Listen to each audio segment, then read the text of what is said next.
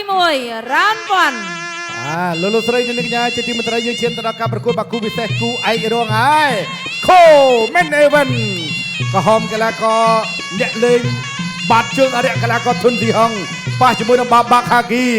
ថ្ងៃនេះមកធីមមេរងបាកេមានម៉ូសិនហ្វូតាហ្វាត់ក៏គាត់មកឲ្យទឹកទៅដល់កីឡាករបាក់ហាគីដែរធុនទីហងដើរចូលទីហងដើរចូលណាបាទចាក់ជើងក្រោមមួយសិនធាក់ទុំមួយរបស់ទីហងប្អូនមកកើតរបស់គេទីហៅហ្នឹងគឺឈ្នះហើយឈ្នះចុងទឹកទី3អាយ៉ាចាប់ជើងជាប់ទីហងក្តាប់ដៃរបស់ទីហងបានពីដៃ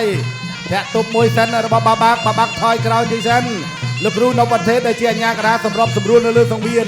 ចូលក្តាប់ដៃមួយបាទអរគុណដល់ខ្មែរបបរជាអរគុណដល់ធនាគារជីម៉ុង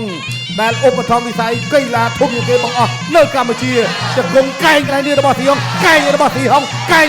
ងអាយយកែងពេកហើយរបស់ទុនទីហងជង្គង់កន្លែងនេះកែងរបស់ទីហង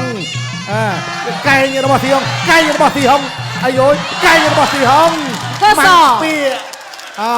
លោកគួរអាញាកណ្ដាលប្រហែលជាមិនរាប់ទេ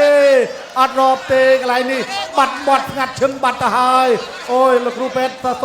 សុំជួយឲ្យលឿនតិចបាទជួយមើលទៅដល់បាក់ហាគីស្ងាត់ឈឹងឥឡូវទៅមើលរូបភាពយឺតសិនកន្លែងនេះទីហងដើរចូលបាត់ជើងអរិយកន្លែងនេះមួយសិនណារហ័សនាមរបស់ទីហងហ្នឹងគឺអ្នកលេងបាត់ជើងអរិយចាប់ជាប់វាយជង្គង់សងវិញរបស់បាក់ហាគីទីហងចាប់ជាប់ហើយជំរឿកែងរបស់ទីហងកែងកន្លែងនេះកែងរូមួយប៉ោះកន្លែងនេះមកកែងទៀតផោះមួយទៀតនៅសើហើយ